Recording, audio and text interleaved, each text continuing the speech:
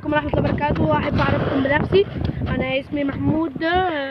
إن شاء الله هقدم محتوى على اليوتيوب تعليم كرة قدم، وإن شاء الله يا رب فيديوهاتي إن شاء الله تعجبكم، ويا رب كل واحد ينجح في اللي بيعمله لو عمل لي بس لايك. بس إن شاء الله النهارده أنا جايب الفيديو ده هتعلم فيه حاجتين: إزاي تتحكم وتزود حساسيتك في الكرة، وإزاي تخلي ضربتك مدفعجية. أيوة زي ما سمعت، ضربتك حرفيا مدفعجية. وإن شاء الله السر اللي أنا كاتبه لكم بالعنوان هتعرفوا كمل الفيديو للآخر وأنتوا تعرفوا. وما تنساش تشترك في القناة وتفعل زر الجرس عشان يوصلكم كل جديد. يلا بينا نبدأ.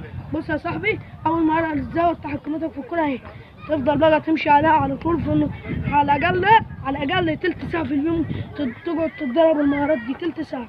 ما تبلاش تدربها كل يوم باستمرار، يعني مثلا تسيب يوم وتعمل يوم، تسيب يوم وتعمل يوم.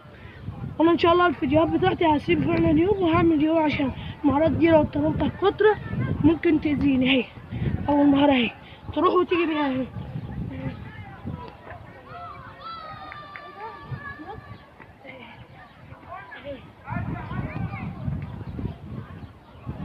تاني مهارة اسمها مهارة السيزر. السيزر ده اللي عبارة عن تلف رجلك فوق الكورة.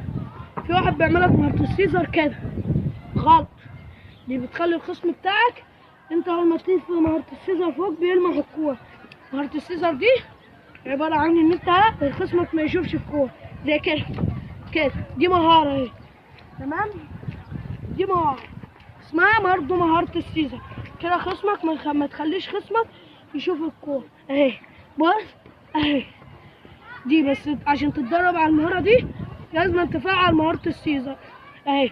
بس تعدي من على الجنب بقى بس بسرعة اهي اهي اهي، بس بسرعة بقى اهي اهي اهي. عادي بالراحة، عادي برضو ممكن تعمل كده كده بالراحة، ممكن برضو تسرع كده. معنا تالت مهارة برضو إزالة التحكم بالكرة.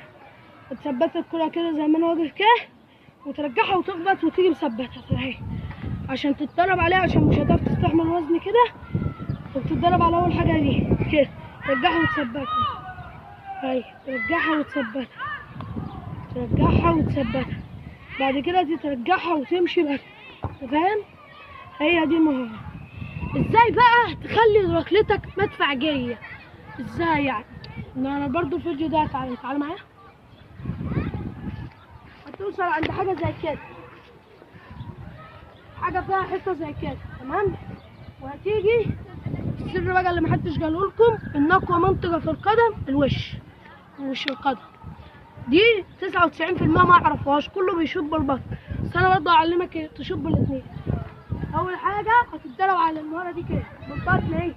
بص بالبطن اهي، تيجي هتجيلك زي كده، تروح له وتخبطها تاني بالشمال، مرة بالشمال ومرة باليمين، هتلاقي نفسك كده اهي بالوش اهي. في برضه حاجة، يعني انت بتيجي تشوط الكورة بترجع 3 خطوات لورا، ترجع 3 خطوات لورا، بتجري فبتثبت دي كده عشان ترجع لك الكورة كده. واول ما بتيجي تشوط ترفع رجلك وتخبط في نص الكورة بالظبط كده، المنطقة دي بالظبط عند الشوط في النص كده اهي. اهي بص اهي، بص بتثبت دي كده وتشوط في نص الكورة كده. شوف لو ضربت عليها هتعرف ان انا عندي حاجة في الكلام ده. زي ما قلت لكم الاول، ان شاء الله كل يوم فيديو جديد، واستنوني. وان شاء الله ما تنساش تضغط اشتراك في القناه وتفعل زر الجرس عشان يوصلك كل جديد، واكتب لي في الكومنتات انت مهارتك ايه.